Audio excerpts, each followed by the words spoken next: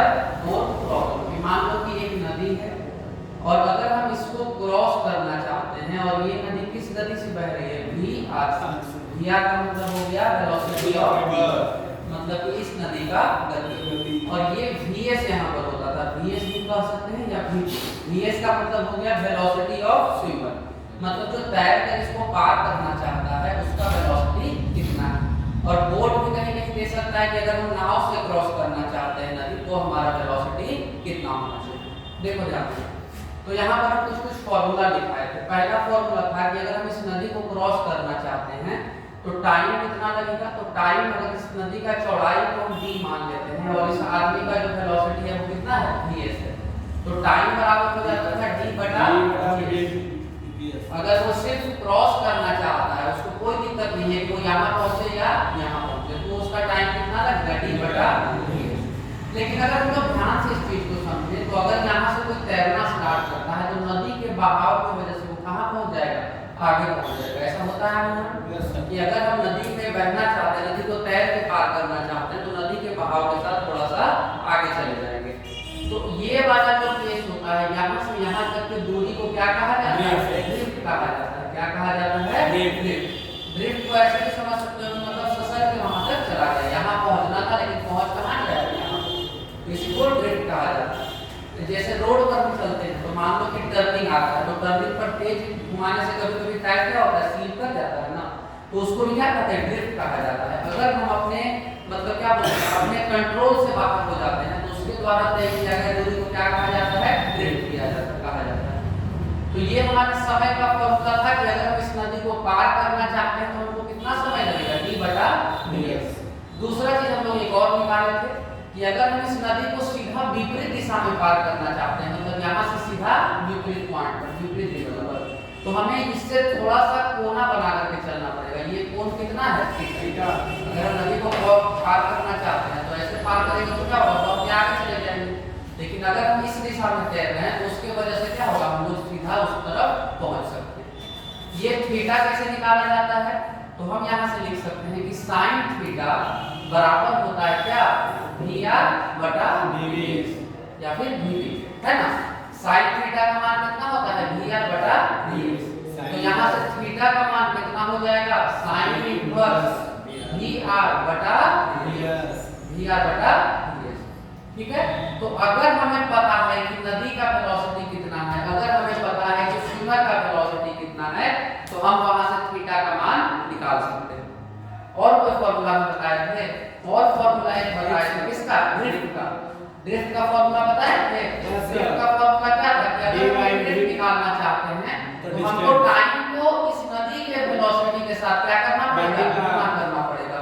तो नदी का वेलोसिटी कितना है, v, और नदी को पार करने में लगने वाला टाइम कितना है, d बटा vs।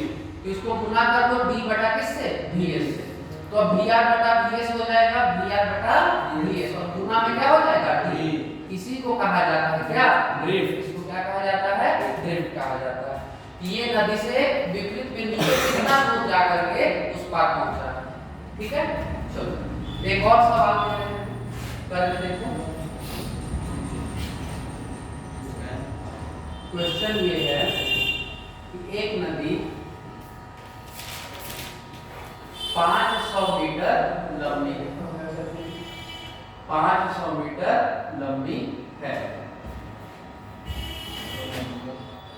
एक तैराक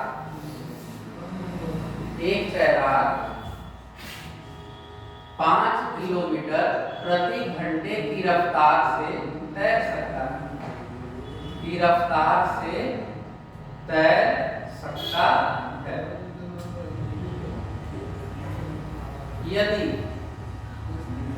यदि नदी 6 किलोमीटर प्रति घंटे की रफ्तार से बह रही है तो ज्ञात करें, ठीक है। क्वेश्चन समझ में आ गया, पहले क्वेश्चन को ध्यान से पढ़ो। क्या बोल रहा है कि एक नदी है जिसका चौड़ाई कितना दिया है, 500 मीटर। 500 मीटर मतलब कितना किलोमीटर, आधा किलोमीटर। कितना किलोमीटर, आधा किलोमीटर। तो एक नदी 500 मीटर लंबी है उसके बाद एक तैराक 5 किलोमीटर प्रति घंटे की रफ्तार से तैर सकता है। कोई तैराक है जिसका तैरने का गति कितना है 5 किलोमीटर प्रति घंटा। नदी का गति कितना है तो 6 किलोमीटर प्रति घंटा। तो हमें ज्ञात क्या करना है, पहला चीज थीटा। थीटा का मतलब कि वो कितना एंगल पर तैरे कि उस पार पहुंच जाए। दूसरा न्यूनतम समय निकालो कि पार करने में उसको न्यूनतम समय कितना लगेगा। तीसरा हमें क्या निकालना है, ड्रिफ्ट निकालना है। तीसरा हमें क्या निकालना है, ड्रिफ्ट निकालना है। तो सबसे पहले तो थीटा निकालना पड़ेगा, ये वाला थीटा कितना होगा। दूसरा क्या निकालना है, न्यूनतम समय मतलब सबसे कम समय उसको कब लगेगा। और तीसरा हमें क्या निकालना है, ड्रिफ्ट कि पानी के वजह से वो कितना दूर जा करके आगे पहुंचेगा। तो ये तीन चीज हमें यहाँ पर निकालना है। फिर अगला टॉपिक स्टार्ट करते हैं, जल्दी करो इसको 5 किलोमीटर पर सेकंड 5 किलोमीटर पर आवर को मीटर पर सेकंड में चेंज कर दे। जरूरी नहीं है चेंज करना, दोनों वेलोसिटी उसी में दिया है ना, तो जरूरी नहीं है कि उसको मीटर पर सेकंड में बदलना पड़ेगा। पर डिस्टेंस मीटर में है ना, उसको किलोमीटर में बदल दो, उसको तो किलोमीटर में बदल सकते हैं ना।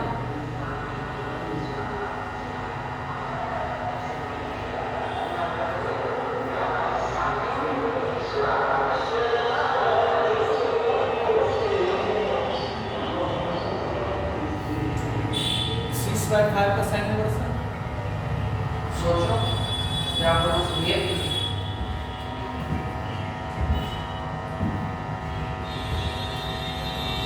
क्या देखो इसको हम सॉल्व करके दिखाते हैं। इस तरह का क्वेश्चन कभी-कभी पूछा जाता है, ठीक है, ध्यान देना। 81 डिग्री के आसपास है ना। हां 41 डिग्री की है।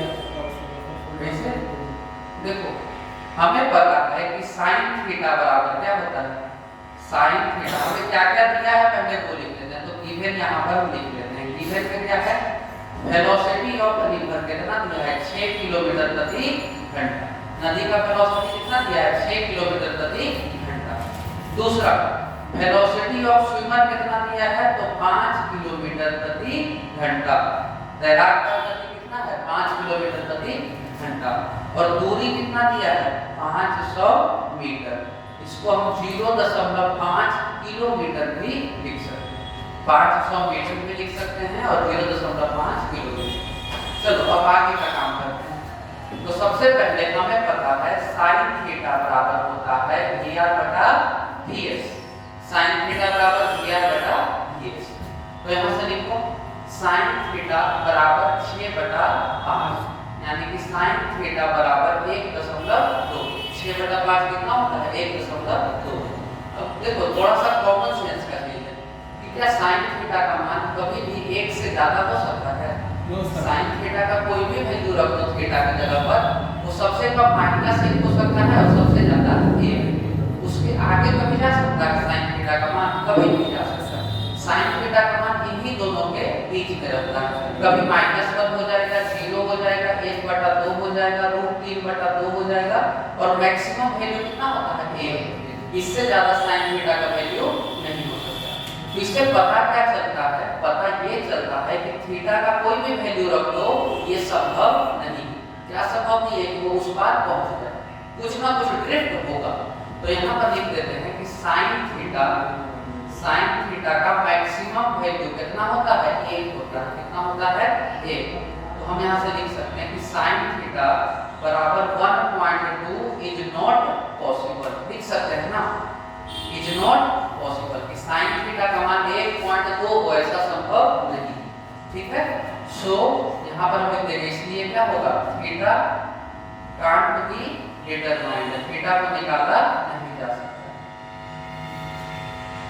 ठीक है, थीटा को निकाला नहीं जा सकता। क्यों नहीं निकाला जा सकता, ऐसा कोई थीटा संभव नहीं है जो उसको सीधा उस पर पहुंचा दे। जैसे सोच समझ के देखो कि तुम भले ही कितना भी बढ़िया तैराओ, लेकिन अगर नदी बहुत तेज बहेगा तो तुम उस पर पहुंचोगे कभी नहीं, तुम नदी के बहाव के साथ थोड़ा बहुत बह जाओगे।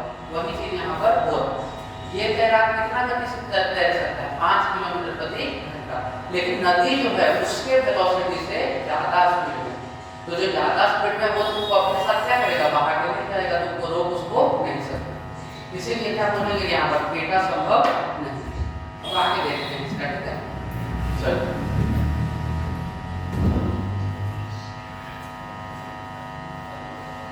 आगे देखो, इसमें बहुत ही सिंपल सा सवाल है। दूसरा सवाल बहुत सिंपल है, क्या न्यूनतम समय। तो न्यूनतम समय में ज्यादा दिमाग लगाने का जरूरत नहीं है, न्यूनतम समय बहुत ही आसान है। टाइम का जो वैल्यू होता है वो होता है डिस्टेंस बटा वेलोसिटी ऑफ स्विमर।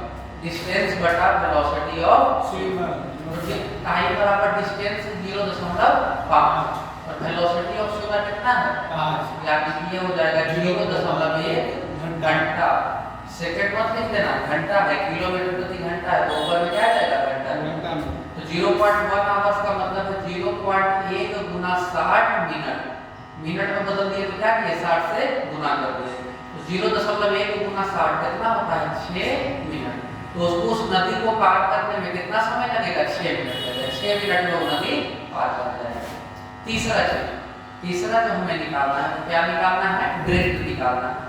तो ड्रिफ्ट का फॉर्मूला पता है ना, ड्रिफ्ट बराबर होता है time Guna velocity of river. Time में अगर हम नदी का वेलोसिटी गुना कर देते हैं तो क्या मिलता है ड्रिफ्ट मिलता है। तो टाइम में यहाँ पर 6 मिनट यानी कि 0.1 है ना, 0.1 टाइम कितना है 0.1 और वेलोसिटी ऑफ रिवर कितना है 6, वेलोसिटी ऑफ रिवर 6, तो ये हो जाएगा 0.6 किलोमीटर। 0.6 किलोमीटर यानी कि इसको हम लिख सकते हैं कितना 600 मीटर। तो ड्रिफ्ट का मान कितना हो जाएगा 600 मीटर हो जाएगा। मतलब क्या होगा कि अगर ये नदी है तो यहाँ से वो तैरना शुरू किया लेकिन पहुंचेगा यहाँ पे, और यहाँ से लेकर के यहाँ तक का दूरी कितना होगा 600 मीटर। मतलब वो अपने विपरीत बिंदु से 600 मीटर आगे की दूरी पर जाकर के पहुंचा है। ठीक है, चलो इसको लिख लो। अब अगला टॉपिक स्टार्ट करते हैं, ठीक है। क्या बचा हुआ था अम्ब्रेला प्रॉब्लम, ठीक है, उसमें ज्यादा टाइम नहीं लगेगा, तो जल्दी से लिखो। रेनमैन प्रॉब्लम बहुत ही सिंपल सा प्रॉब्लम है। जब हम बारिश में चलते हैं तो अगर बारिश का गति तेज होता है, बारिश में हवा चल रहा है, तो उस टाइम को क्या मजबूरी में छाता आगे पीछे इधर उधर करना पड़ता है। मान लो कि हवा इधर का चल रहा है तो बारिश में किधर गिरना ही है, तो हमको छाता मजबूरी में किस तरह करना पड़ता है। अगर ऐसे करके चलोगे तो पैर तुम्हारा क्या होगा भीग जाएगा, तो उसके कारण क्या होता है हमको थोड़ा बहुत छाता को इधर उधर करना पड़ता है। और इस टॉपिक में हम लोग वही पढ़ेंगे कि छाता को कितना इधर उधर करें, मतलब कितना डिग्री एंगल पे मोड़े कि हम पानी से बचे रहें।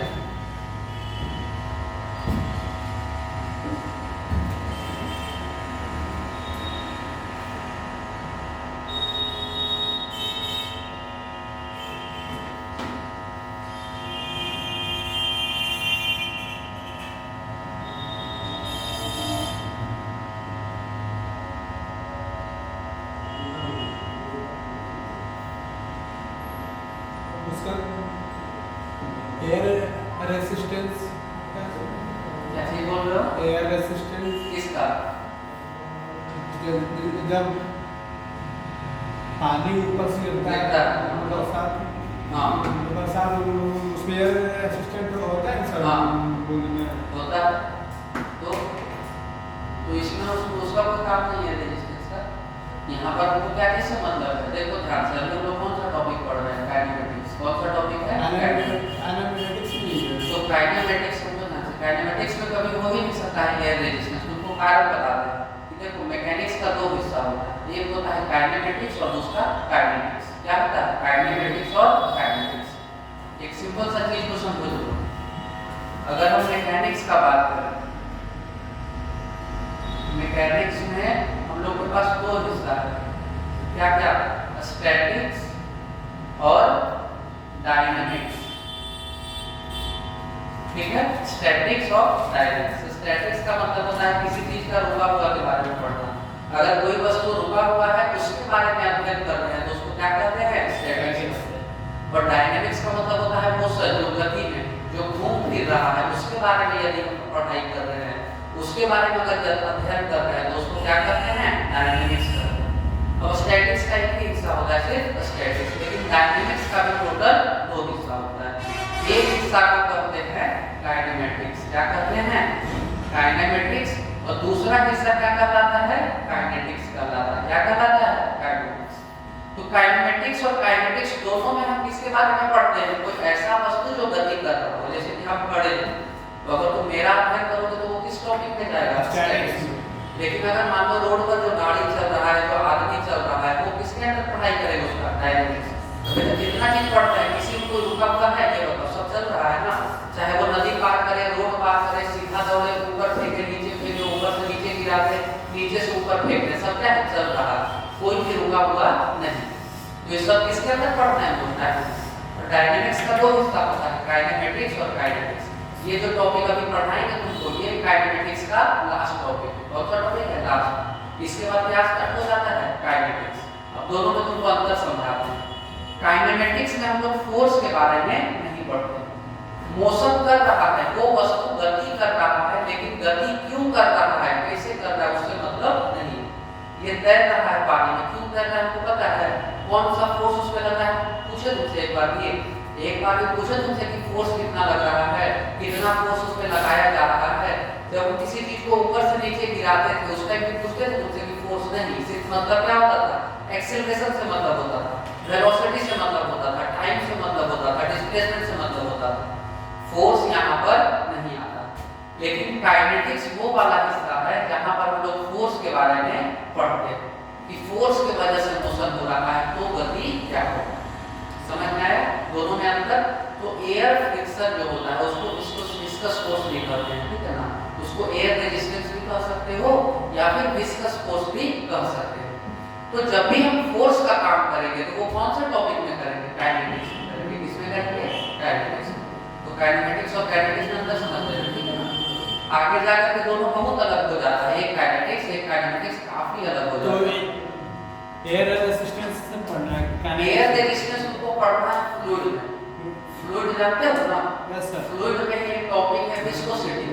एयर रेजिस्टेंस नाम का कोई टॉपिक नहीं है, एयर रेजिस्टेंस कुछ होता ही नहीं है। एयर किसी भी फ्लूइड के रेजिस्टेंस को क्या कहा जाता है? विस्कोसिटी कहा जाता है। कोई भी बहने वाला पदार्थ है, चाहे वो पानी हो चाहे वो हवा हो, दोनों क्या है? बहने वाला पदार्थ। तो उसमें जो क्या बोलते हैं रेजिस्टेंस होता है, उसमें जो रेजिस्टेंस होता है उसको क्या कहा जाता है? विस्कोसिटी कहा जाता है। क्या कहा जाता है? विस्कोसिटी। तो वो फ्लूइड में पढ़ना है। पानी के बारे में जब पढ़ोगे, फ्लो करने वाले के बारे में पढ़ोगे, तब तुमको पढ़ना पड़ेगा। तो अभी उस सबका नाम नहीं लेना, ठीक है। चलो इसको मिटा रहे हैं। अब अगला टॉपिक एक बचा हुआ है, लास्ट खत्म करते हैं इसको। फिर हम लोग का अगला चैप्टर कौन सा है? Newton's law of motion.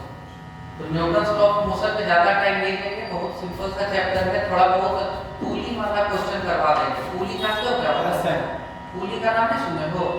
देखो पुली इस तरह का होता है।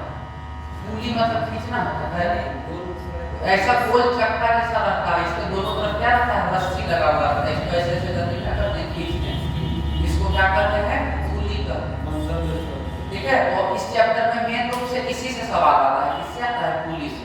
और इसको कुछ पढ़ना नहीं, क्योंकि न्यूटन्स लॉ ऑफ मोशन कितना है? 3। न्यूटन के गति के नियम कितने हैं? 3 हैं। प्रथम नियम, द्वितीय नियम और तृतीय नियम। पहला नियम क्या कहता है कि यदि कोई वस्तु विराम अवस्था में है तो विराम अवस्था में रहना चाहिए, यदि वो गति की अवस्था में है तो गति की अवस्था में रहना चाहिए, जब तक कि कोई बाहरी फोर्स उस पे नहीं लग रहा हो, ठीक है। दूसरा नियम क्या कहता है कि किसी भी वस्तु के संवेग में जो बदलाव होता है वो उस पे लगने वाले बल के समानुपाती होता है। जितना ज्यादा उस पे बल लगाएंगे उतना ही जल्दी वो भागेगा। सही बात है ना? हम इसको जैसे हल्का सा खेल रहे हैं, तो थोड़ा सा आप इसको जोर से खेलेंगे तो गिर जाएगा ना। तो जितना ज्यादा बल लगाओगे उसका संवेग उतना ज्यादा तेजी से बदलेगा। तीसरा नियम क्या कहता है कि जितना क्रिया करेंगे उतना ही विपरीत और समान प्रतिक्रिया हमको मिलेगी। एवरी एक्शन है इक्वल एंड ऑपोजिट रिएक्शन। तो इस चैप्टर में यही 3 चीज है, उसी को पढ़ना है। लेकिन ये तो छोटा सा है, क्लास में खत्म हो जाएगा। तो हम लोग को पढ़ना क्या है? तो इसके बारे में पढ़ना है। किसके बारे में? पुली के बारे में, कि पुली का मोशन कैसा होता है। वो भी बहुत ज्यादा डिटेल में नहीं पढ़ना होता है। सिंपल सा पुली आता है, वेलोसिटी, ये सब तुमको निकालना पड़ेगा। इसी में तुमको सिखाएंगे फ्री बॉडी डायग्राम। किसी वस्तु का मुख्य करके उसका जो हम डायग्राम बनाते हैं, आकृति बनाते हैं, वो भी इसमें पढ़ना है। तो चलो शुरू करते हैं। सबसे पहला चीज लिखो यहाँ पर अम्ब्रेला प्लॉट। क्या लिखो? अम्ब्रेला मतलब समझते हो? Umbrella plot.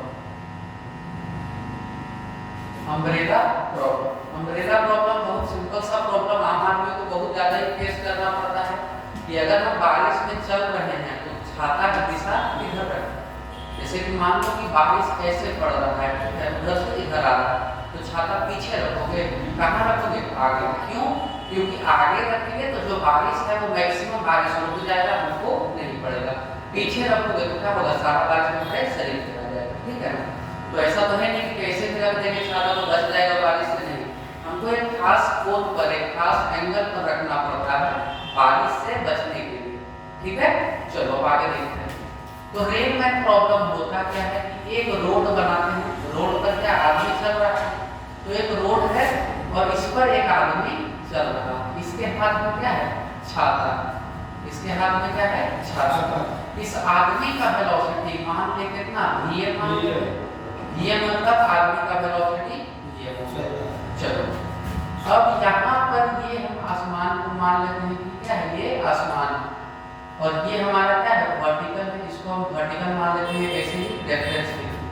तो मान लेते हैं कि बारिश यहाँ से ऐसे गिर रहा है, बारिश ऐसे गिर रहा है, उसका गति है vr। बारिश का गति कितना है? vr। तो बारिश का गति vr है, आदमी का गति है vm। तो सवाल ये पूछा जा रहा है कि वो छाता को कितना एंगल पर रखे कि जो पानी है उस पे न पड़े, पानी उस पे न पड़े। चलो यहाँ पर हम पहले लिख देते हैं। vm मतलब क्या हो गया? मनुष्य या आदमी का गति, मनुष्य की गति। दूसरा है vr। vr का मतलब हो जाएगा बारिश की गति। क्या हो जाएगा? बारिश की गति। बारिश की गति या बारिश का वेग भी कह सकते हैं, ठीक है। चलो थीटा बराबर क्या हो गया? एंगल हो गया। क्या है? कौन सा एंगल? ये जो वर्टिकल से बना रहा है ये वाला एंगल, कि वो कितना एंगल पर रखे छाता को कि बारिश का बूंद उस पे ना पड़े, बारिश का बूंद उस पे नहीं पड़ना चाहिए। तो देखो ध्यान से, अब हम थोड़ा सा सिस्टमैटिक तरीके से चलते हैं। इसको हम मान लेते हैं x एक्सिस और इसको मान लेते हैं कौन सा एक्सिस? कोई परेशानी है किसी को? अगर हम इसको x एक्सिस मान लेते हैं, इसको y एक्सिस मान लेते हैं, तो कोई परेशानी होना चाहिए? नहीं होना चाहिए। तो अगर हम वेलोसिटी ऑफ मैन लिखें वेक्टर फॉर्म में, तो हम इसको vm i लिख सकते हैं। किस दिशा में है? x एक्सिस के दिशा में। x एक्सिस के दिशा में है तो इसको क्या बोलते हैं? i कहते हैं, और इसको क्या कहते हैं? j i j। वेक्टर पढ़ी हो ना, वेक्टर में यही पढ़ना होता है i j k है ना, x y z।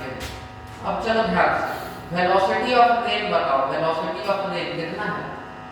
Velocity of train minus vr j cap, कितना हो जाएगा? माइनस vr j, ठीक है। अब हमको निकालना है velocity of man with respect to rain. Velocity of man with respect to rain मतलब मनुष्य का वेलोसिटी किसके रिस्पेक्ट में? बारिश के रिस्पेक्ट में, कि हमारा बारिश के रिस्पेक्ट में वेलोसिटी क्या है। तो ये हो जाएगा vm minus vr, vm minus vr। तो ये हो जाएगा vm i कैप और minus minus plus vr j cap. तो i कैप j कैप तो आपस में नहीं जोड़ा जा सकता है, i कैप j कैप को आपस में जोड़ा नहीं जा सकता। तो यही हमारा relative velocity of man with respect to rain हो गया। कोई दिक्कत? Velocity of man with respect to rain, या बारिश में, बारिश के रिस्पेक्ट में आदमी का जो वेलोसिटी है ये। अब अगर थीटा का बात करें तो थीटा बराबर क्या होता है? थीटा बराबर हो जाएगा x बटा y। tan थीटा कैसे निकालते हैं? परपेंडिकुलर बटा बेस। तो ये थीटा के लिए x क्या है? परपेंडिकुलर, और y क्या है? बेस। तो यहाँ से हम लिख सकते हैं tan थीटा बराबर y बटा x, सॉरी x बटा y, vx बटा vy, मतलब x वाला वेलोसिटी और नीचे में y वाला वेलोसिटी, यही ना tan थीटा होगा। तो चलो यहाँ से लिखते हैं tan थीटा। तो vx कितना है? x वाला वेलोसिटी है vx और y वाला वेलोसिटी कितना है? vr। तो ये हो गया हमारा क्या? tan theta. तो थीटा का मान हो जाएगा tan इनवर्स va बटा vr। कोई दिक्कत? बन जाएगा इस तरह से, सिंपल सा, बहुत ज्यादा दिमाग इसमें नहीं लगा। तो यही इतना एंगल पर अगर तुम रखते हो छाता को तो पानी से बच जाओगे, अगर इससे ज्यादा टाइम तुम रखोगे तो थोड़ा बहुत भीग जाओगे।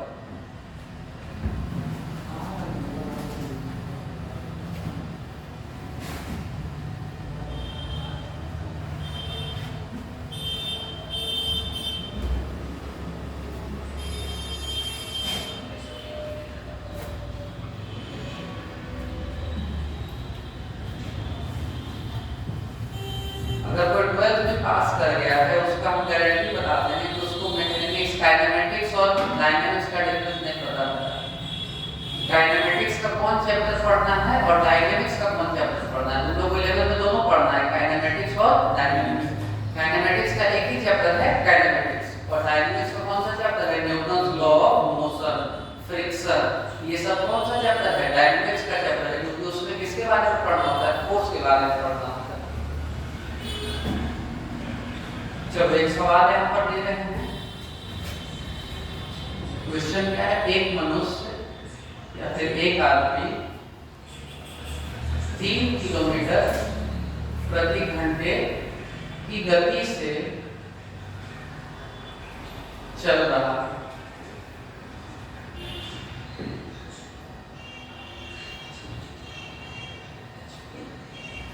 बारिश 4 किलोमीटर प्रति घंटे की गति से गिर रहा है, तो थीटा ज्ञात करें। थीटा ज्ञात करें, ठीक है। ये एंगल कितना लगेगा उसको कितना एंगल रखना चाहिए ताकि वो बारिश से बच जाए।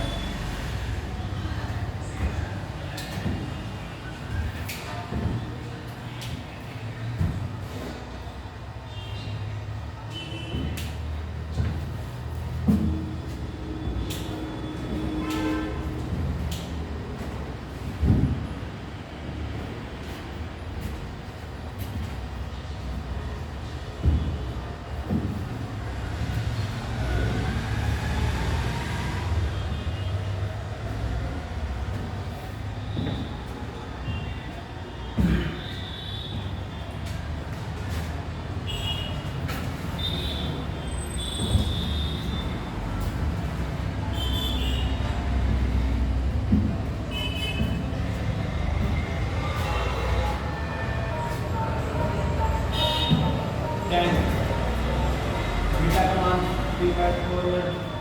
37 डिग्री। हाँ, मतलब क्या हुआ, तो छाता को कितना एंगल पर रखेगा, 37 डिग्री पर। कितना रखेगा, 37 डिग्री। देखो इसमें टफ में बहुत सारा क्वेश्चन पूछा जा सकता है, मेंस में बहुत टफ क्वेश्चन पूछा जाता है। आदमी की दिशा से भी बहुत फर्क पड़ता है। मान लो एग्जांपल को कोई समझाते हैं कि मान लो कि बारिश उधर से बह, मतलब हवा किधर बह रहा है, पीछे की तरफ, और तुम उधर जा रहे हो, तुमको छाता ऐसे रखना पड़ेगा बहुत ज्यादा। लेकिन मान लो बारिश इधर से पड़ रहा है, तुम उधर जा रहे हो, छाता हल्का सा भी टेढ़ा करोगे तो बच जाओ। तो दिशा से भी बहुत अंतर पड़ रहा है। अगर सेम बारिश पड़ रहा है, तुम उधर जाओ और इधर जाओ, दोनों में तुम पे जो फोर्स लगेगा, तुमको जो बारिश लगेगा वो अलग अलग लगेगा। क्योंकि तुम अगर बारिश के विपरीत दिशा में जा रहे हो तो तुमको बारिश जोर से दिखता है, शरीर पे ज्यादा चोट लगता है। लेकिन अगर तुम बारिश वाली दिशा में जा रहे हो तो तुमको उतना चोट, उतना परेशानी नहीं होगा। वो सब चीज छोड़ो, वो सब चीज ज्यादा डिटेल में जाने से कोई फायदा है नहीं। फिलहाल ये समझ लो बस कि रिलेटिव वेलोसिटी कैसे निकालते हैं बारिश वाला, उतना काफी है। ये बात निकाल दिए। देखो यहाँ पर ध्यान से देखो, वेलोसिटी ऑफ मैन, एक आदमी है, उसका वेलोसिटी कितना है, 3 किलोमीटर प्रति घंटा। वेलोसिटी ऑफ रेन कितना है, 4 किलोमीटर प्रति घंटा। तो हमें एंगल निकालना है कि वो कितना एंगल बनाएगा कि बारिश से बच जाएगा। तो हमें पता है कि tan थीटा बराबर होता है Vn बटा Vr। तो ये हो जाएगा 3/4। तो थीटा का मान हो जाएगा tan इनवर्स 3/4, और tan इनवर्स 3/4 का जो मान होता है वो होता है कितना, 37 डिग्री। कितना होता है, 37 डिग्री। तुम लोगों ने लिखा है कि नहीं, 37 डिग्री और 53 डिग्री। और अगर tan 53 का मान कितना होता है, tan 53 का मान हो जाता है 4/3। मतलब अगर यहाँ 4/3 रहता तो यही थीटा कितना होता, कितना हुआ 37 डिग्री। चलो लिख लो जल्दी से इसको।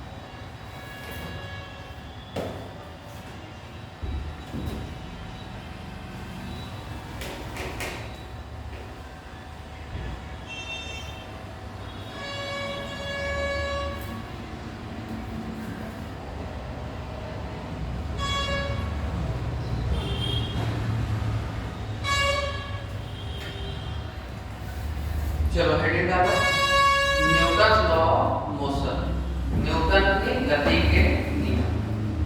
इसको बिठा सर प्रोजेक्टाइल वाला क्वेश्चन एक भी नहीं करवाया है। प्रोजेक्टाइल वाला दे दे को। चलो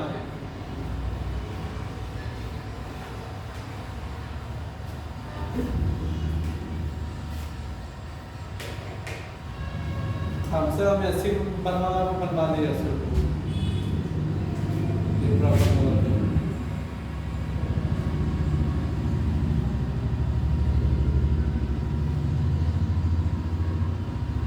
An object is thrown at theta at alpha and beta angles with same speed. If r alpha equal to r beta, then find relation between alpha and beta। ध्यान से समझना सवाल को। कि एक प्रोजेक्टाइल फेंका गया है, प्रोजेक्टाइल मतलब कुछ भी हो सकता है, पत्थर ढेला कुछ भी हो सकता है। यहाँ से फेंका गया है, एक बार अल्फा एंगल पर और दूसरे बार कितना एंगल पर, बीटा एंगल पर। एक बार अल्फा एंगल पर फेंका है और दूसरे बार बीटा एंगल। दोनों के केसेस में कुछ ना कुछ रेंज होगा ना। दोनों के केस में क्या होगा, कुछ ना कुछ रेंज होगा। तो यहाँ पर बोला जा रहा है कि दोनों रेंज क्या है, आपस में बराबर। रेंज मतलब क्या होता है, परास। दोनों परास आपस में क्या है, बराबर। तो अल्फा और बीटा के बीच का संबंध क्या होगा, क्या अल्फा और बीटा बराबर होगा या कोई और भी संबंध हो सकता है। सिंपल सा सवाल समझे क्या बोला जा रहा है कि दो अलग अलग एंगल पर फेंके। एक बार हम यहाँ से किसी चीज को फेंके तो भी वहीं पहुंचा, और थोड़ा सा ऊपर करके फेंके तो भी वहीं पहुंचा। तो दोनों का रेंज क्या है, बराबर। तो अगर रेंज बराबर है तो अल्फा और बीटा का हमको रिलेशन निकालना है। ये अल्फा और बीटा के बीच का रिलेशन क्या है, निकालो।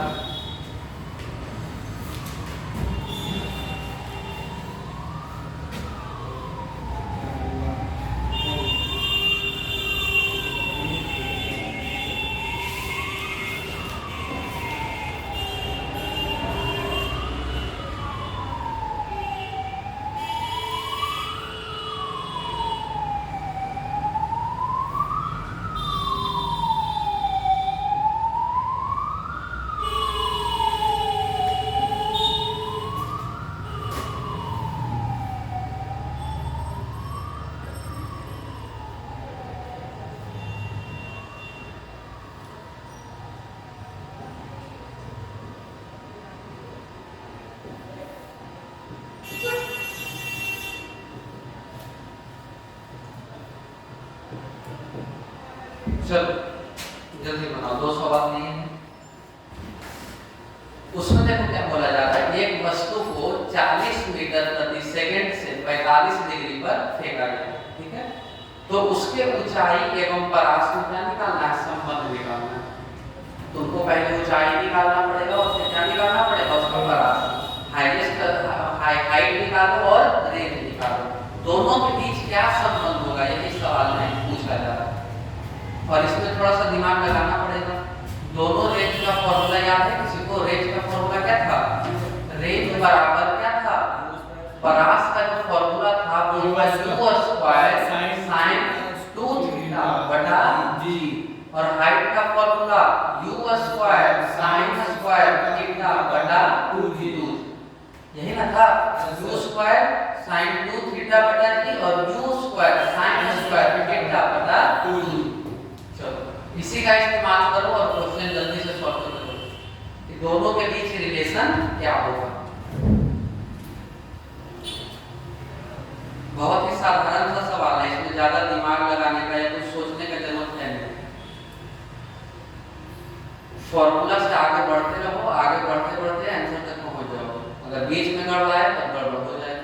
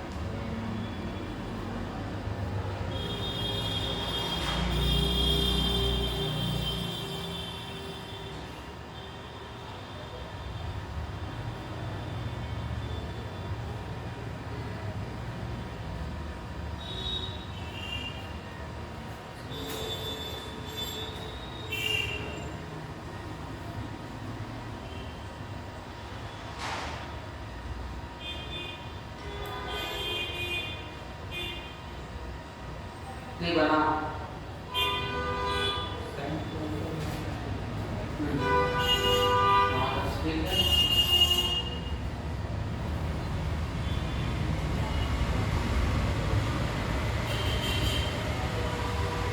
बनाना पड़ेगा। दूसरा बना, चलो पहला जहां तक पहुंचा दूसरा बनाओ।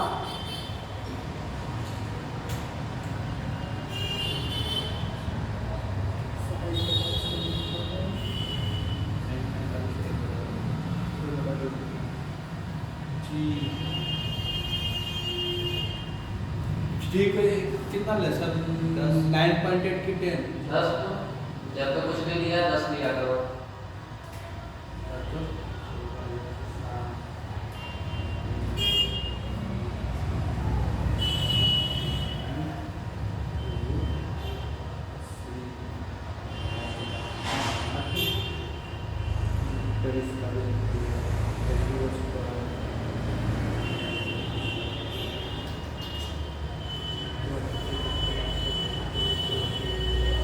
देखो हम जो भी सवाल देते हैं ना वो इस स्तर का देते हैं कि तुमसे इससे नीचे वाला बन जाएगा अगर ये बना लिया तो।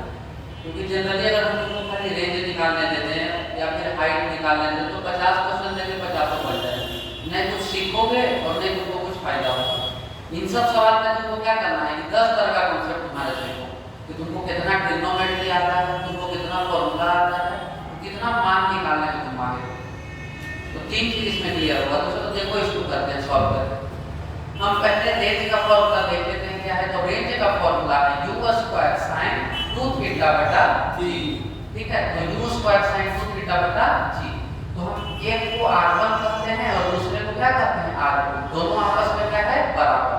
तो r अल्फा का अगर बात करते हैं तो ये हो जाएगा u स्क्वायर sin 2 अल्फा बटा g। कोई दिक्कत? थीटा की जगह पर क्या लेंगे अल्फा लेंगे। और अगर हम r बीटा का बात करें तो ये हो जाएगा u स्क्वायर sin 2 बीटा बटा g। और ये दोनों आपस में क्या है बराबर। दोनों आपस में क्या है बराबर। तो ये हो जाएगा u स्क्वायर sin 2 अल्फा बटा g और इधर बराबर हो जाएगा u स्क्वायर sin 2 बीटा बटा g।